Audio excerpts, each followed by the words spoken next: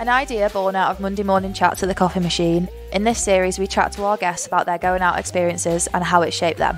Join us, Pippa And Georgia, team members at Skiddle who love going out and miss chatting about it.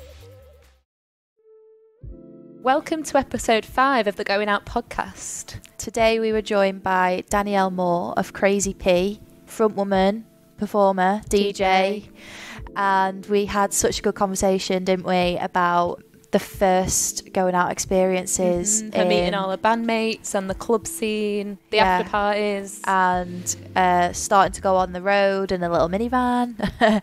And being the support act for huge people like Faithless, and doing tours in Australia and New Zealand, and how that's led into such a long and amazing career. Really beautiful conversation about the nostalgia that comes with going out. So we hope you enjoy. Welcome to the podcast, Danielle Moore. Thank you. Hello. Welcome. It's lovely to have you. Thank you. It's lovely to be here. Crazy Pre, front woman and DJ. We're going to dive into your going out experiences. So let's kick things off by starting at the very beginning. Are you Manchester based? Have your experiences always, like your first experience has been Manchester based? Yeah, very definitely. I mean, I was kind of lived in North Manchester, so bordering Bury really, and I suppose my first experiences were, there was a weird club in Radcliffe, which is where I'm actually from, which is, am I allowed to swear? Yeah. I won't swear loads. It's also known as Dog Shit Valley. It's not one of the best places in this, but it's home. Yeah. And there was a weird little club which was kind of up by the reservoir, and it was called Benny's, and it was open till 6 a.m. or 7 a.m. And the reason it was because it used to serve breakfast. And it was like a soul club. And I remember, I think the first time I went, I was probably 14, 15. And it was like a real kind of nervous but brilliant feeling of, like, you know, kind of remembering your date of birth, which was all made up. Just slightly, you can't go overboard. It was such incredible music, and it was a bit like a shit version of Club Tropicana. So as you were walking up towards the club, you could hear the music getting louder and louder, and the club inside was like all mirrored walls, so it used to get really sweaty and steam up the mirrors, and people used to write things on the mirrors like, "You're nice." But who? yeah, really bad.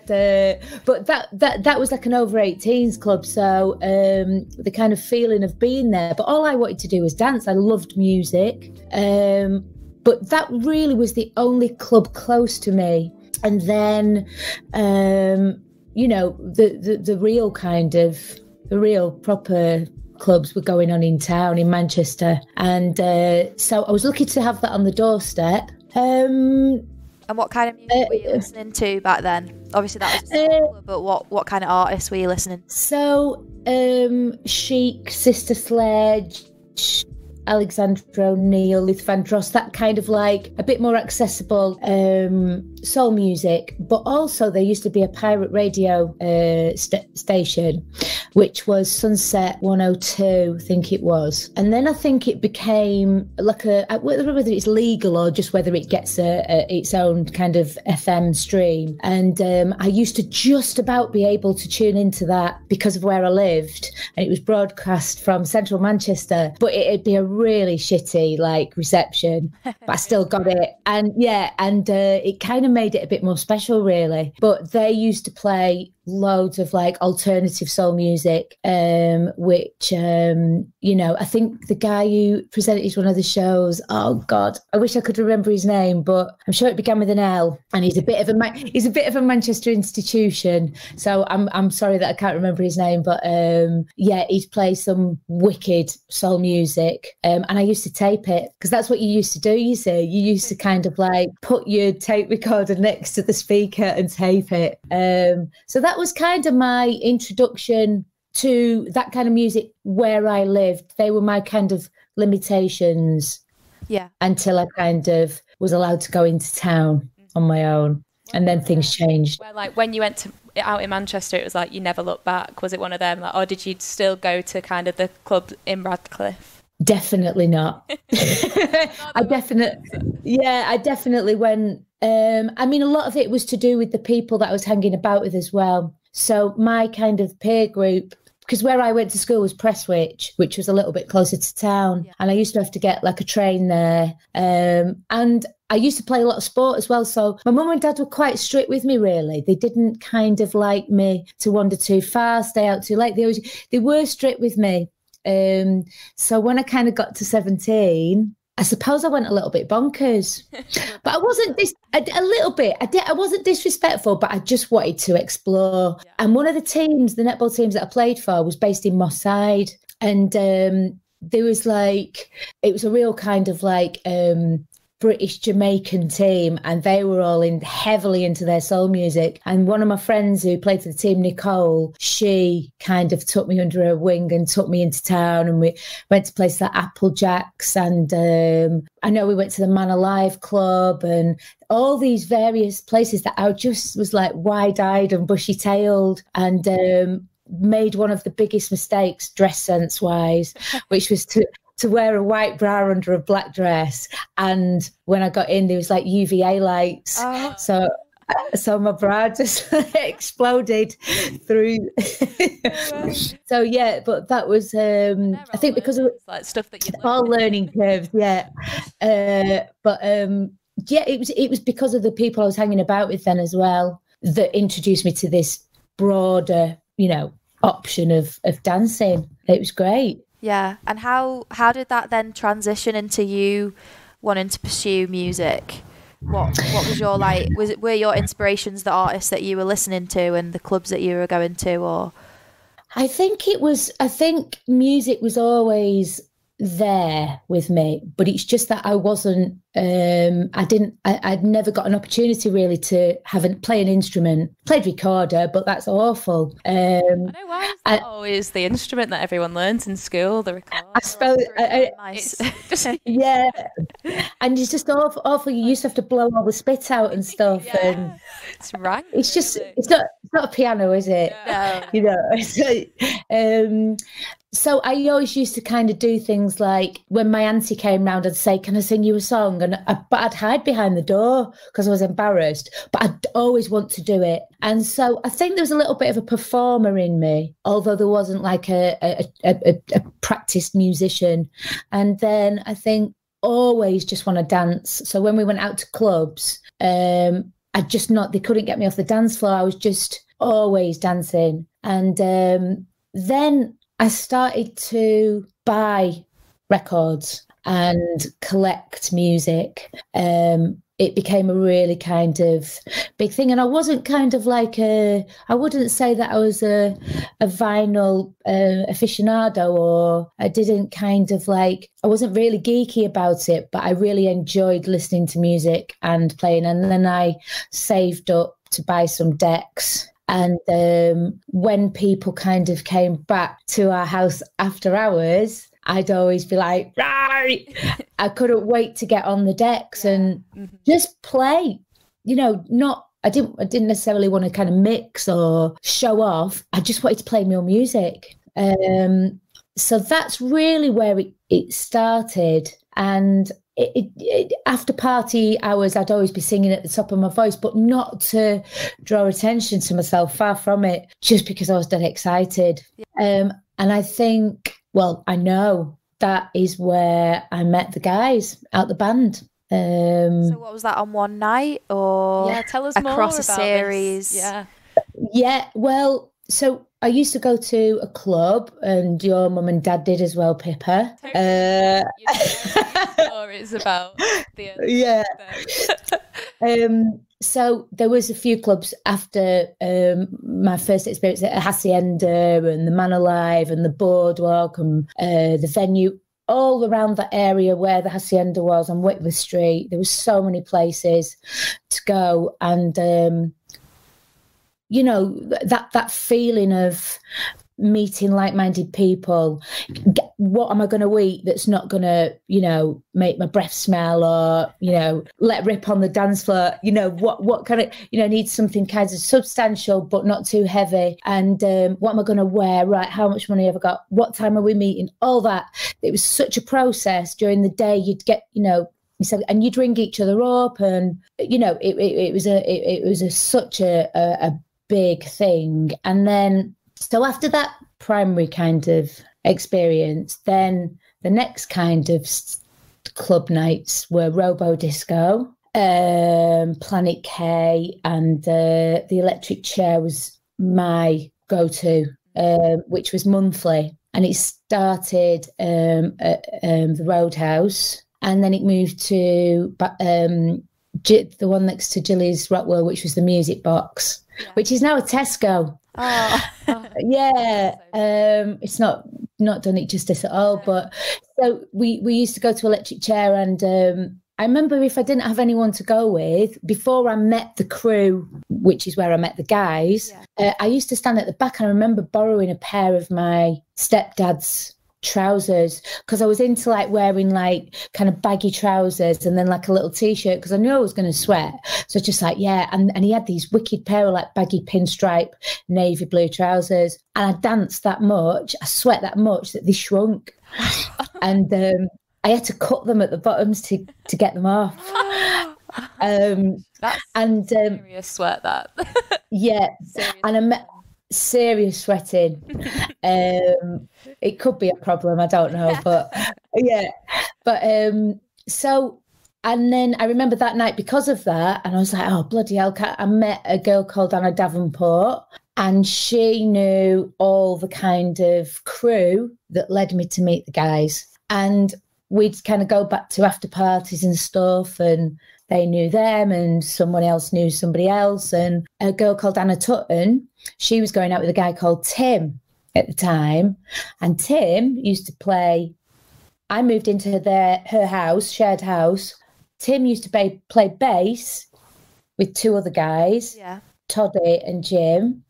And Toddy and Jim had started a band, Crazy Penis, and then they used to kind of like, I used to hang out with them, and I'd be dancing when they were DJing and stuff. And then they caught me singing at the top of my voice, doing Shirley Bassey impressions.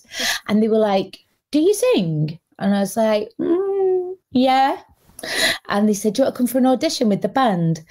And I was like, yeah. And then the next day I thought, shit, what have I said? I'm not a singer. But went round to their house and we had a jam, and for whatever reason it just clicked. And I was after that I was really, really nervous about the whole thing, because once you kind of told that, right, you're in and that's what you're doing and this is your responsibility, you kind of start to overthink it. And it's kind of been a real roller coaster of a ride, but such a brilliant opportunity that came from a really organic meeting. It's just been so fantastic. It's amazing to hear that your kind of experiences of going out led you to this amazing career kind of thing, just because you're mixing with them kind of like-minded people, that like brilliant things kind of come out of it. Absolutely. And it is something that I think in kind of my kind of 20s and 30s, particularly my late 20s, 30s, there's so many beautiful opportunities and experiences to be had that are absolutely priceless and invaluable. And it's whether it's a conversation that you have about something you've never spoken about before in your life, and yet, speaking to someone, it invigorates an emotion or whatever. It inspires you to do something you've never tried before. And these can all be things that come from just going out and having these experiences with other like-minded people that you don't necessarily meet when you go to a 9-to-5 job, or because you're not in that frame of mind to experience things. You're there to work. You're there to work, really. And there's a different kind of peacocking that goes on at work. I've worked in some corporate jobs, and I've been very lucky to work at Adidas and sports companies at head office and have a brilliant, work opportunity. But there's a certain kind of peacocking that goes on there, and there's a certain kind of peacocking that goes on when you go out. Yeah. And the peacocking that is there when you go out is much more fun. Yeah. And much more beautiful and wonderful and funny, and people like loose. Yeah, more honest. They become like more honest. Themselves. Yeah, I think there's a lot of bravado and perhaps maybe arrogance or even insecurity at work, isn't there? Yeah. And when you a corporate job and you see some of those people in like on a dance floor and they let loose and you're like, oh, you're not as stuffy as you came. Yeah, exactly. That's exactly it. It's like, can you hear that keep going off? No, it's all right. It's all right then. It's just me. Yeah, I think that's it. It's like, I think once you get on a dance floor, once you hear music, it can release certain stress, tensions, whatever. And there's something really beautiful about expressing yourself through dance or through music. There's something very unique to me anyway. And I know it doesn't impact everyone in the same way. I really, really do miss, and it's really interesting that 2020 has meant that I can't perform. Yeah. I probably had about 6 gigs since March, but actually being with people, meeting people, that whole kind of process that I was saying you go through of what you're going to eat, what time you're going to meet, I forgot about that. Like, like if you're going on like a big night, the nerves and excitement that comes with it, and you get like butterflies. I'm always like that. Yeah. I forgot. Yeah. That's that all year. Oh, yeah, excitement to see your friends. Yeah. You don't know what kind of people you're going to meet when you're out. And then everyone kind of comes together and you're in a crowd and you have that atmosphere, and it's like something you can't really compare. Cannot replicate that. Yeah. For anything. You can't, and you can't kind of quantify.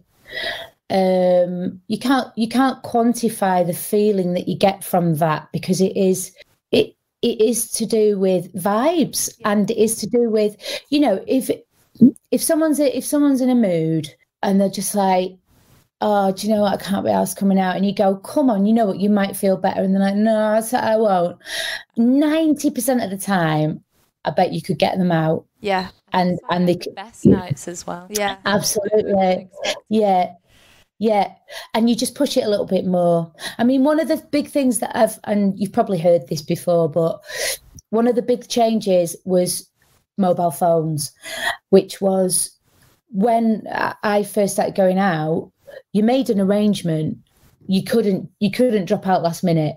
Yeah. Because if you'd said to someone, right, I'll meet you by the corner of where the pub is, blah, blah, blah, 8:00, you couldn't text, which we've all done, where we've gone, oh, I feel a bit, so I'm not coming, then turn your phone off. Yeah.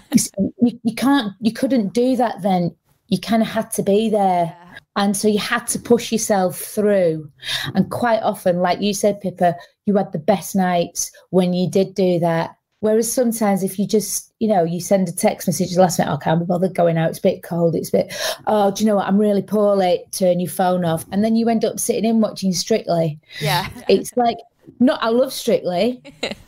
Doesn't really compare though.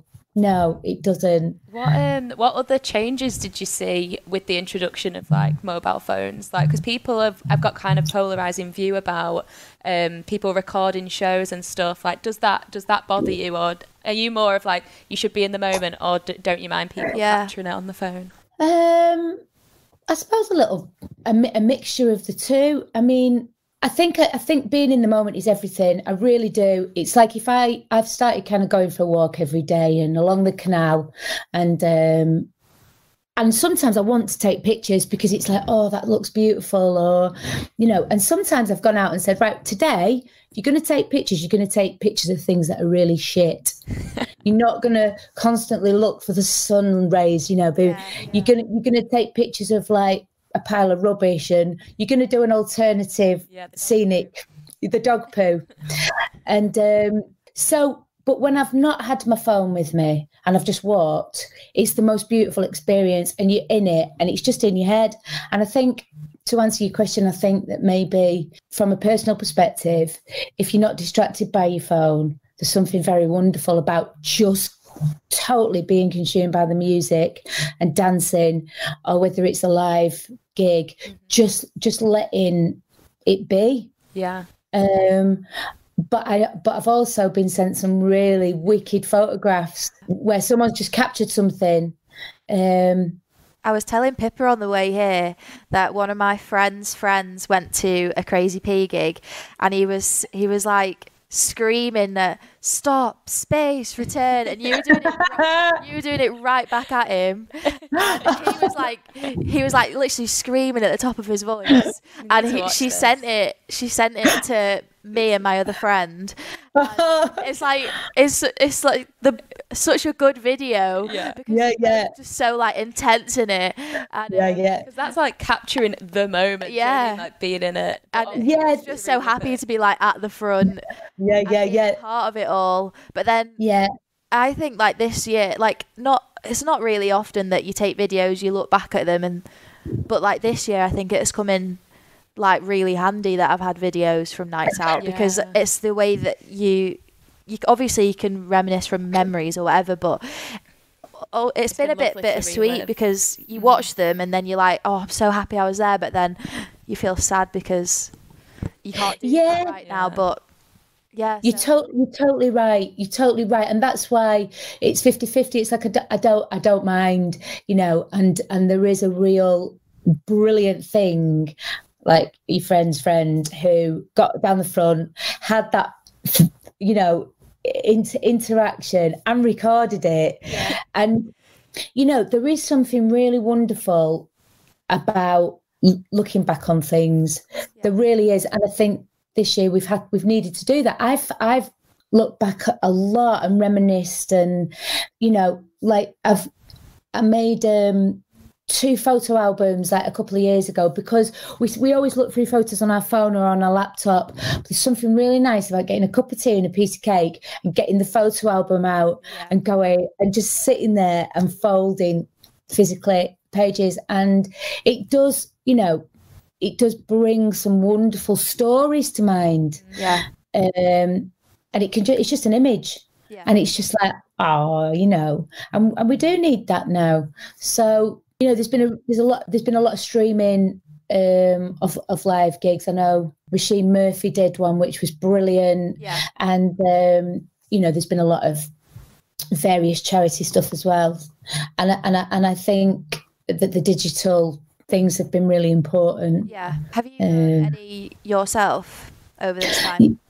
We did in May. We did a sound system, so me kind of singing over our own stuff and kind of mixing it up with some DJing, but all our own stuff for, I think it was United We Stream, and it was, that was in May. And then we did, postman. And then we did, I did something for a cancer research charity, and we've done a few. Basically, we've done a few. Have you found them like, obviously you probably haven't got as much out of it as you would a live performance, but has it filled a bit of that space? Definitely. Like the first one we did, me and Toddy, I'd not driven since March, and then it was the end of May, and we drove up to Manchester, and I live in Birmingham now, so getting in the car I was like, oh my God, I've forgotten how to drive. But then once I got on the motorway, I was like, arm out the window, doing that in the wind, and music up dead loud. It felt like freedom. And then I picked Toddy up, and we kind of went up there, and we were met by all the kind of guys who were running it, and they were all totally, you know, proper masked up, and it was all really well organised. And it was just us kind of performing to 2 camera people. Wow. And then the guys that were doing the technical side of stuff. Like those intimate performances that they were getting. It was really intimate. And the one thing that I kept doing wrong was they were saying, will you just keep still? because I just wanted to dive all over the place, and they were like, we've got a spotlight on you and we've not got any lighting engineers, so you just need to keep still. All right, okay.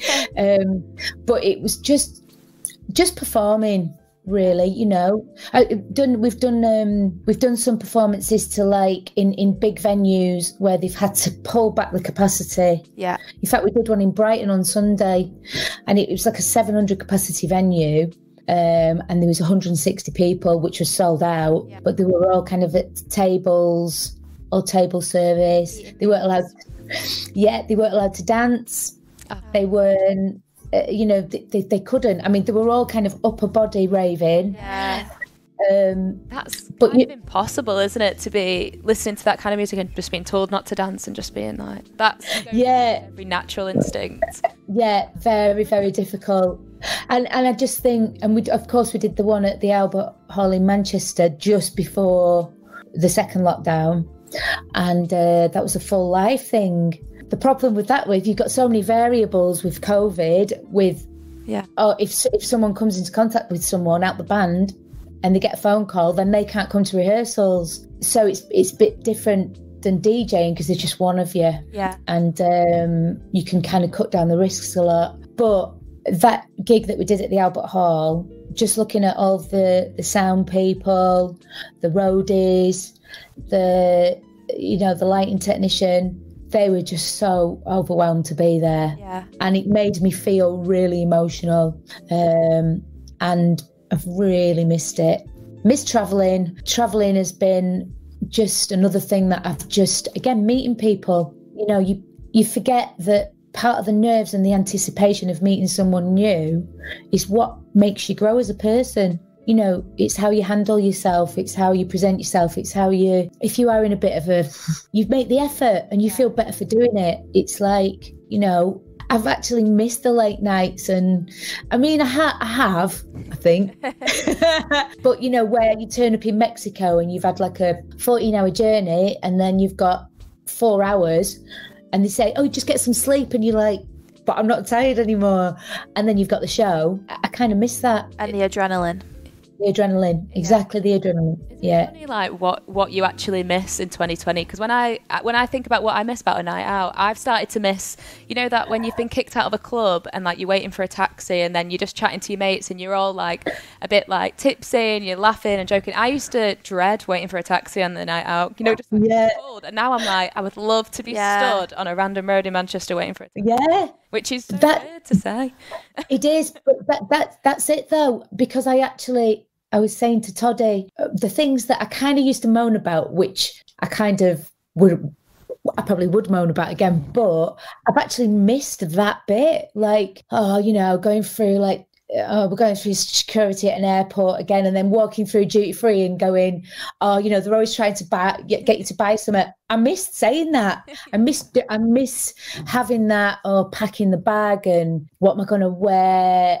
Am I going to look good in that when I get to Mexico? Yeah. You know, or am I going to look good in that and feel good in that when I get to Australia?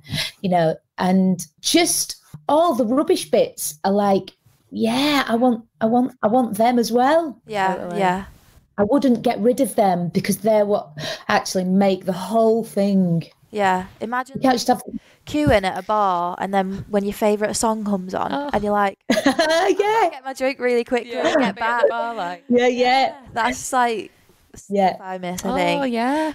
Exactly. Yeah, that's a good one. That's a really good one. Like your adrenaline, and what were your like first experiences like when you did like your first performances as a band? Where were they, and what were they like? So the first gig was a place in, I think it's called Herne Hill, which is just outside of Brixton. And it was a DJ called Maurice Fulton, and it was the full live band. And I was shitting it. I was really nervous. Once, kind of we'd done the first two songs, I was fine. But I really had, I had quite a delicate voice when we first started. I mean, I still kind of do, but I've got a little bit more confident about what I can do rather than what I can't do. Yeah. And that's been a big thing, is right, okay, you can't do that. You're never going to be Aretha Franklin, or you're never going to be a massive singer, but what can you do? Right, let's work with that and let's ram it up 'em. So the first kind of few years, I was on a bit of a roller coaster confidence wise. And I think one time I actually performed backwards. So I kept turning around and going, "Oh, I can't look at you," which was ridiculous. And I got there eventually. Yeah. But so we played this first gig there, and then a bit of a turning point was we went on this tour of Australia with it was a festival tour, and there was like loads of different bands on the lineup, and we were on about 2 p.m, so we were right down the bill. Yeah. Which was great. And this was about 2003, 2004, I think it was actually. And top of the bill were Moloko. So Rasheen Murphy was like, you know, and this was their last year together as a band. It was their kind of swan song. And we used to wait around, and by the time their show came on, we'd like had this adrenaline high, and we were all squiffy and hanging out and come on, let's go and see Moloko. And it was hot weather, you know, we were feeling good and younger, and we were just like overwhelmed by their performance, and we learned so much from them. You know, we kind of, the way to perform, the way to engage the crowd, that the crowd are as important as anyone on stage. And if you can make that connection with the crowd, they've paid to see you. Yeah. They're hanging on your every word. If you make a mistake, you know, it's like, oh, you bet, oh, you know, oh, so, you know, actually hit a bum note or whatever. Yeah. But if you can kind of do that with confidence and kind of like style it out, people are hooked still, that they know that you're in charge. And that kind of two-way connection is so important. And that's what I learned on that tour. And we just had such a brilliant time. We were very, very lucky. It was when like the English pound was really strong against the Australian dollar. So we used to get like $15 to spend all day on like PDs, which is, you know, for your food and stuff. And we used to just like get rat-arsed and get really nice bottles of wine, and we'd get some nice, like, Asian food is brilliant over there. And then we'd be raving again. But yeah, so that was a turning point for us, was watching Moloko. And then after that, we got asked to support a band called Faithless on their stadium tour, which was 2005. Yeah. So which is, what usually happens is you would pay to go on tour with a band as a support band. So you just pay for all your expenses. But because they came to us, I don't know why. That's crazy. But that's amazing. Yeah, they came to us. So we got our expenses paid for.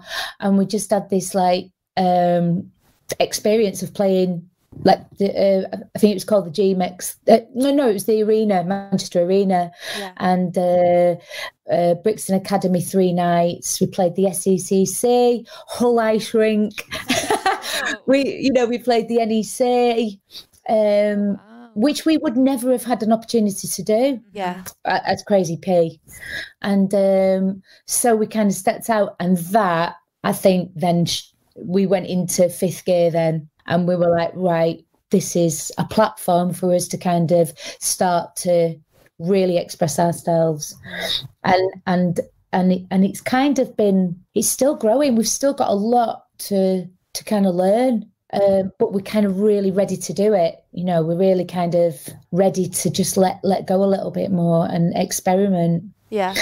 What was that like, seeing Faithless, like, so many times? I watched their, you know, when it was Glastonbury week this year and they played all the old like videos and stuff. Yeah. Faithless one, and I was like, oh my god, I was like, to be there, I think I would have cried. I was like crying at the TV. Never mind, like, if I was actually in the crowd. The crowd is so important in that as well, because they're just like, it's always the case. Like, I feel like my dad is a big kind of push of it. Oh, it's not like this.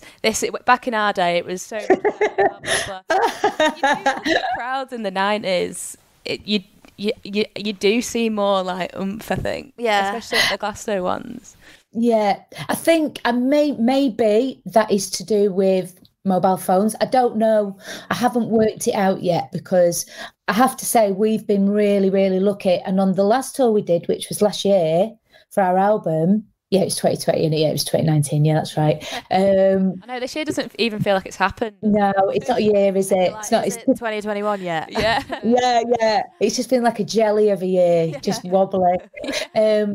So like last year, we were really, really, really surprised by how young our crowd was, because we've got an older kind of authentic, original kind of like, because we've been going for 20 odd years, but there was a really young crowd, and we were like, this is the tits.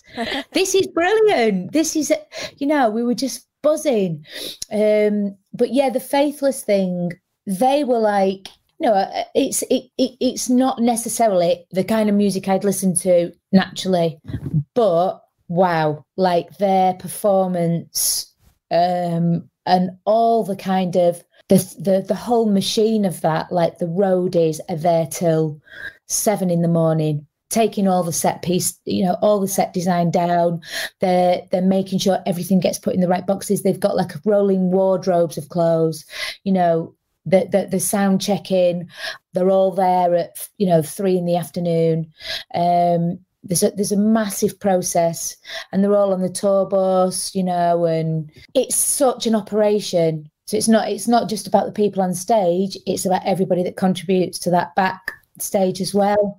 But as soon as like they do one song, which is I should know what it's called, but it's I Can't Get No Sleep, and there's like it, and then it goes and it's that, I mean, you feel like you're gonna shit your pants. It's that kind of like it's that loud. And it's like do do do do do do do do. That's it. Yeah.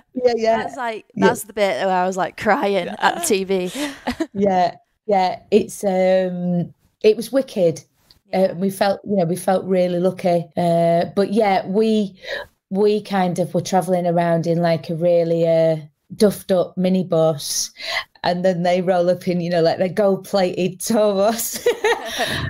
But it's part of the growth, I suppose. Part of the process. What was like touring like? Did you all just get about in this like little minivan?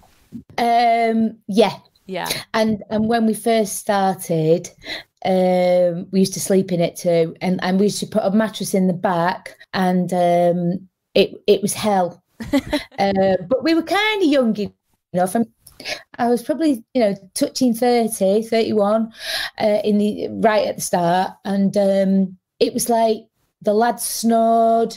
They were lads, and I was like, oh God. And then getting out and kind of like going to perform, and it wasn't the best, but we weren't getting paid enough money to have an option. And that's kind of just the way it is, and you get on with it. And there's elements of that are really fun as well, because you feel like when you do get to a point where you've got a bit more money, that you deserve it because you've worked for it, and that you have done without. And I was working in a shoe shop, I was working at Ticketmaster, I was working at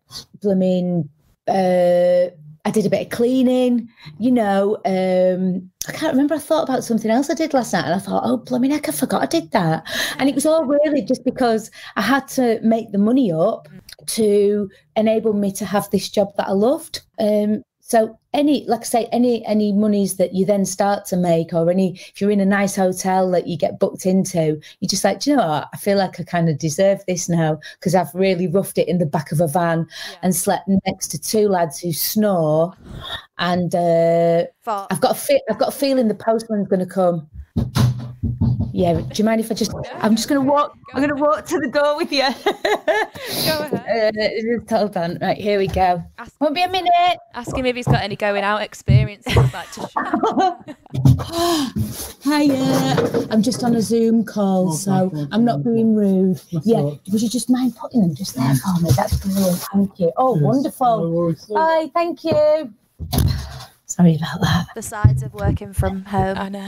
I know. And having everything like online delivered. Our postman, I was like walking down our road the other day, and the postman was like, "Hi Pippa, I've got a parcel for you. Should I leave it at your back door?" I didn't know I was ordering that much for us to be on like first term basis. Well, this is all my husband who does all the online stuff. He's so much more organised than me, and it's just like every single day I'm like, it's a good job I work from home, isn't it, Jimmy? So yeah, but yeah, postman's great. Yeah, I should have asked him, shouldn't I? What was going out? Tell him to listen to the podcast. Yeah. Yeah. In there. Where should we go from it? I'm like, I lost my train of thought. Yeah. So we were talking about Faithless and what's the difference between doing the DJ shows and the more like live shows with the full band? Yeah, what's that like, having the team kind of thing?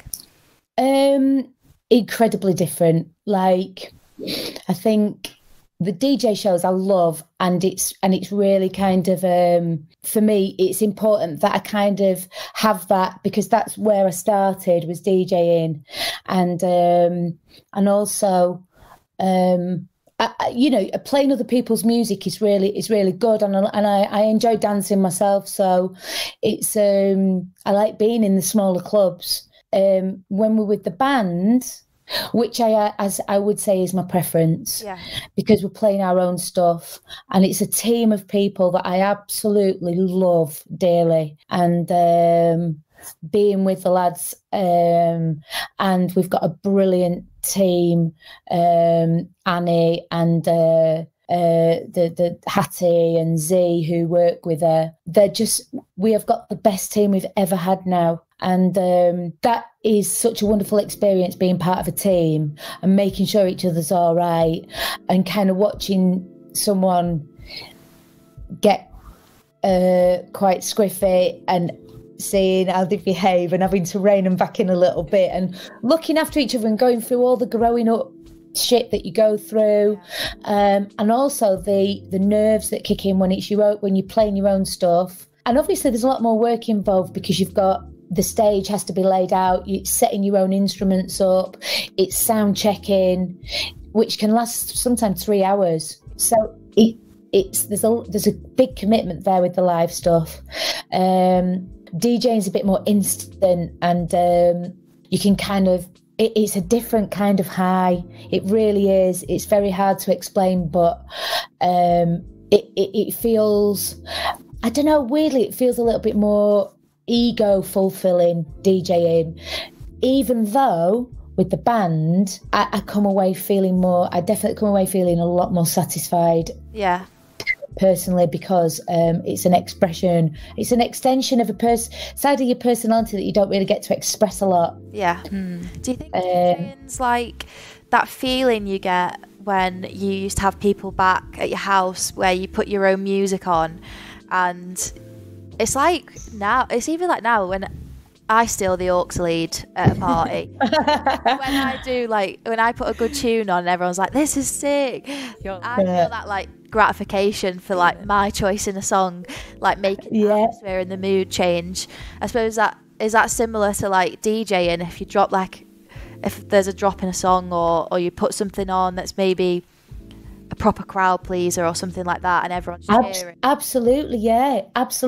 And we've been fortunate enough, like with DJing, the band has travelled a lot, but with DJing I've travelled so much more, and I think taking music that you've played in one place and taking it abroad somewhere else, very different, to see how music affects different audiences in a different way, is really wonderful. Like you say, you can drop a tune in one place and they're like, yeah, it's all right, and you can drop some and they're like, yeah, and you get a feeling for what kind of music they want to hear, and it's wicked. But yeah, DJing's enabled me to experiment with music, and there's a really wicked feeling if you get it right. But you could play the same set in two different places. One place it works, one place it doesn't, and that's a bit like, oh God, I played all my best tunes tonight and they didn't quite get it. And it is so much to do with the vibe, and there's so many elements to it, so many layers that kind of contribute to it being a good night, whatever it is. Yeah. And it's a fine combination. We posted something about Amelie Lenz, didn't we, where it was like she watches the people on before her to try and get a feel for the crowd before she makes her choices. Yeah, because I was going to say, how do you assess that? Like, is it kind of when you're in the set and you're like, I've got to change it up here, I've got to, like, they want different things kind of thing? Yeah, I think definitely.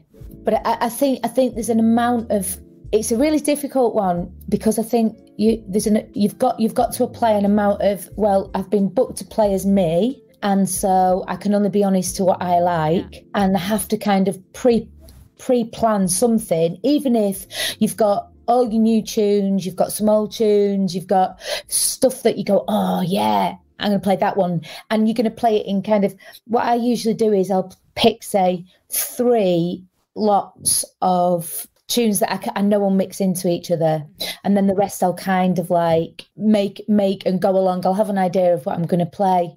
I think sometimes you can get too affected by the crowd and start to panic a little bit and play stuff that you might not play, and you're like, oh no, I'm losing kind of track of what I'm doing.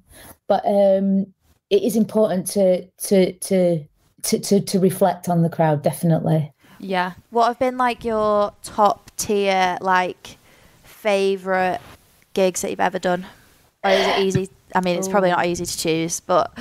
Well, that Australia tour was magnificent. I think I got a water gun out. I mean, it's just like I started like almost like turning into an animal on stage, because I felt that much freedom. By the end of the tour, I just felt like we'd really tapped into something, and we'd worked so hard in the tour. We had to do one kind of stint of gigs, which was, we played, I think it was a playground weekend, something like that, which was kind of just outside of Sydney. Then we had to go overnight to play another gig, which was in outside of Melbourne somewhere. Then we had to get an overnight flight to New Zealand to play a gig there, and then we had to fly back. And I remember we had like so little sleep, and we then had to fly to Perth, and they lost my bag on the plane, so I had nothing to wear, and I had to borrow something, and I'd had no sleep, and I was just like, oh God.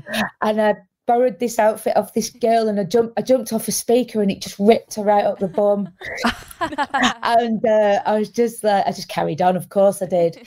But that series of gigs was so just brilliant. We played to like 20,000 people at one of the gigs, and we were like, this is what we're doing. I wanted to get my mum on the phone, and like, but she didn't have a phone. Look what we're doing. Didn't have a mobile at that point. But so that one was amazing. There used to be a festival called the Big Chill, which was in the Malvern Hills, near a place called Ledbury. I can't remember, I'm going to get it wrong. East Newcastle, maybe. Anyway, that was like a festival that we went to year after year after year, and it was something very, very beautiful about it, where it was, the people that went, the music lineup was brilliant. It was very, very gentle, but late night as well. And we got asked to play on the Castle stage, the last gig, and loads of people turn up, and they had like these lanterns that they were letting off, and there was just like a real buzz. That was in 2006, I think, or 2007. And then more recently, have to say, last year's tour, there's a handful of gigs I could pull out. Manchester was amazing. Dublin was absolutely incredible. It was like we were in a zoo of people. They were just like, it was just non-stop screaming. Just like, we were like, oh my God, this is amazing. And Glastonbury last year was out of this world. Yeah. It was, they ran out of water. It was that hot on site, and we played live at Glastonbury, and it was like I just wanted to crowd surf, but I was scared of splitting my outfit. I learned that lesson from the past. I saw you last year at Gala Fest, and you brought that big sign out. I feel like it said something about Boris, maybe. Well, it was the song. The song was about Boris. Yeah, it was. It's called "We Will Fuck You Up," and that's what it said on the sign. Yeah. I remember what it said on the sign, and I was like, "Yeah, that's the one." Didn't say something too pleasant. I remember that. But that was it. Unfortunately, yeah. I was going to say, it's like getting like politics and stuff like that into your songs, like important. Like, is there any plans to something about kind of how this year's happened in your songs? When we were writing the last album, Age of the Ego, was 2016, I think, or 2017. Can't remember. I should know. And we went to Gotwood Estate in February of that year. And so Gotwood, they have a festival there, but we know them really well, and they let us book it out, and we used the barn as the studio. We set all the stuff up, and we did all the writing for the album there.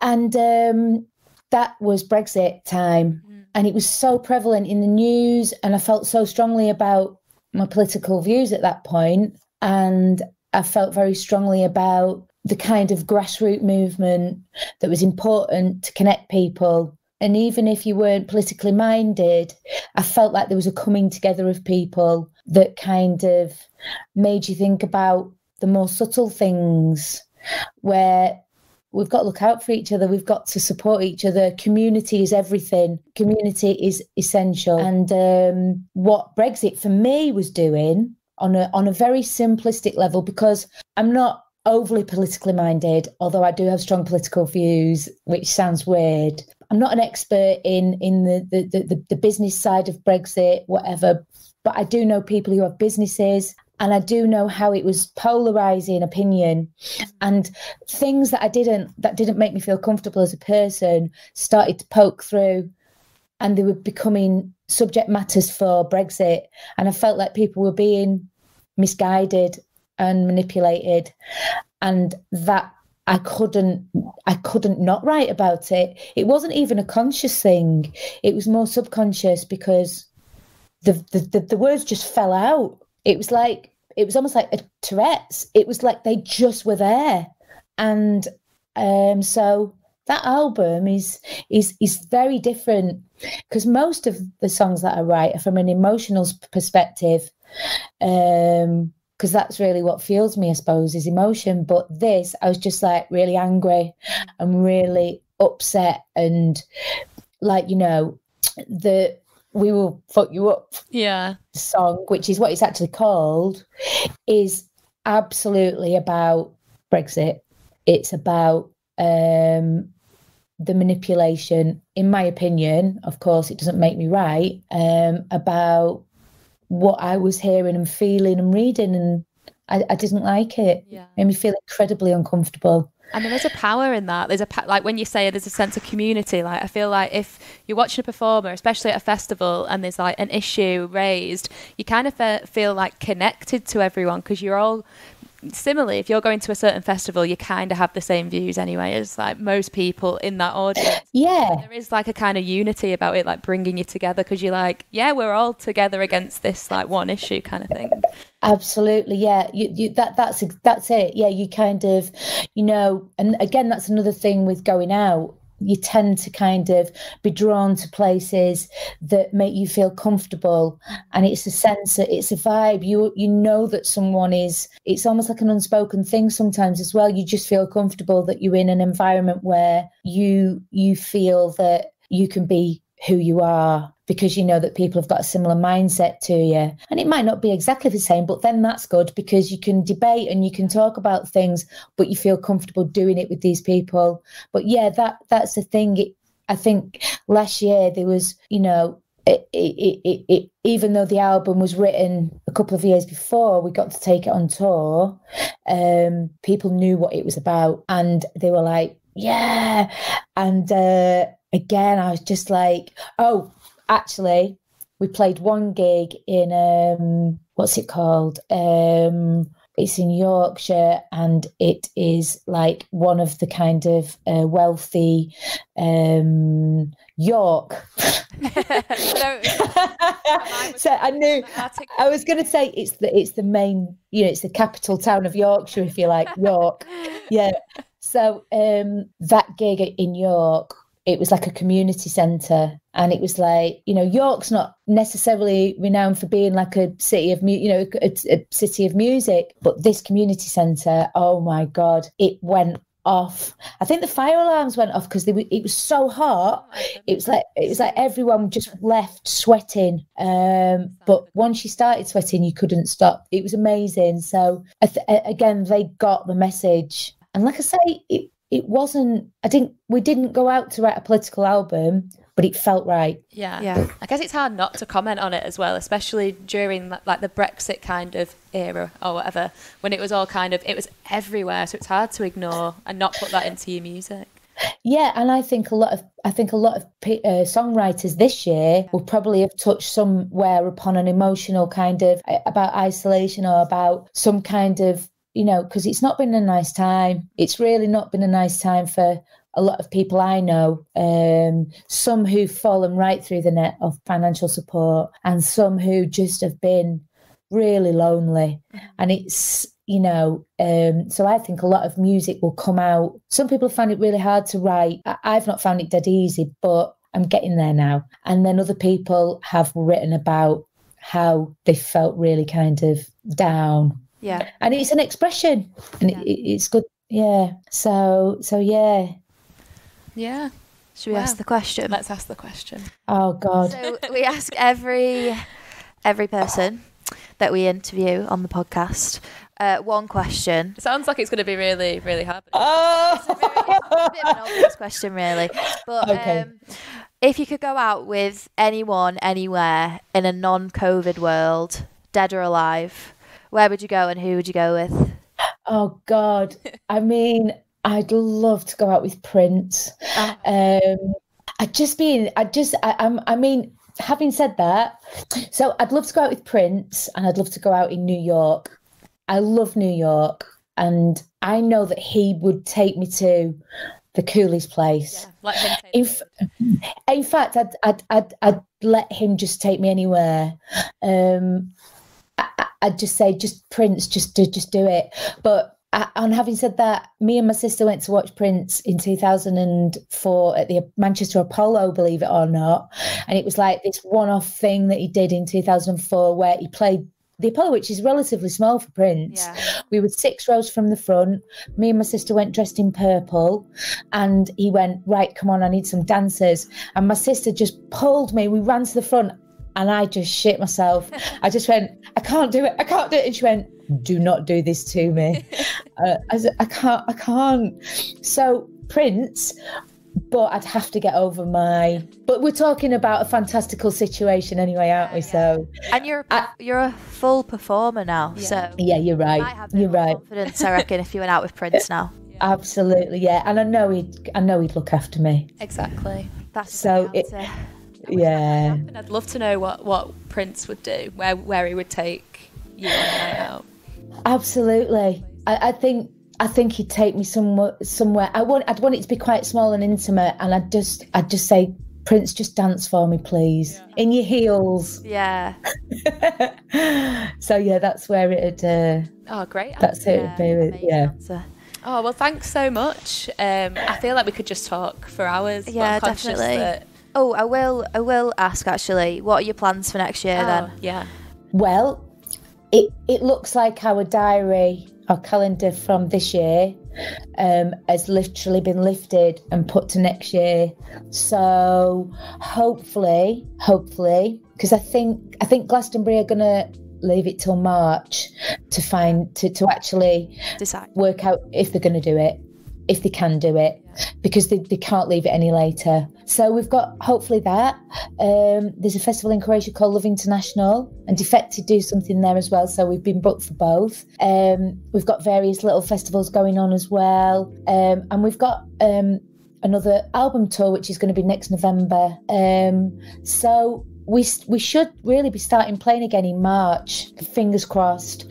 It's just really a case of playing everything by ear, and we hope to get some more music out pretty soon, because we're doing some writing as well at the minute. Oh, exciting. Well, So yeah, we'll come and see you at Glastonbury because we both got tickets. yeah. Oh my God, is it the first time you've been? No, I went the last time it was on for the first time, and my head fell off the whole time. What, in a good way? Oh yeah, amazing. Yeah. Me and a few of us had been from work, and on the Wednesday we came back into work and we put all the sets and stuff from like BBC on the TV, and like I couldn't focus because I was just so sad all day, but like in the best way, where you're like, I can't believe the week I've just had and I've just gone back to like normal life. That's a mad bit, because you can like re-watch a lot of the sets that you've seen, so like the fact that you can look back and just be like, oh, I was there, but yeah. So I can't wait to just, I think because it was the first time, I was a bit like nervous and I didn't really understand like, I thought it was way bigger than what it was, and it actually is like quite easy to get around. It's just like takes a little while. There is a lot of ground. Like if I go next year, that'll be my third time, and my first and my second experience were completely different, because my first one I was so adamant that I wasn't going to miss anything. Like I needed to be everywhere at any time. And then the second time I was a bit more like, I think I'm going to settle into it. Just take it all in. Like I think I was a bit nervous last time, but this time I'm just going to absorb everything that I can, and it's good as well just to sometimes like just have a little wander and just like see what you stumble across. Set your plans, but if you don't sit, it's all right. There's just so have a much wander. Amazing stuff happening, isn't there? Yeah, it's fantastic. We'll come back so let's keep fingers crossed then. Yeah, definitely. Yeah. Well, thank you for joining us. Thank you. Pleasure. Thanks for having me. Yes. See you later. Yeah. Bye. Bye. Thank you for listening to the Going Out podcast with Skiddle. Don't forget to like, rate and subscribe wherever you hear this podcast. Thank you.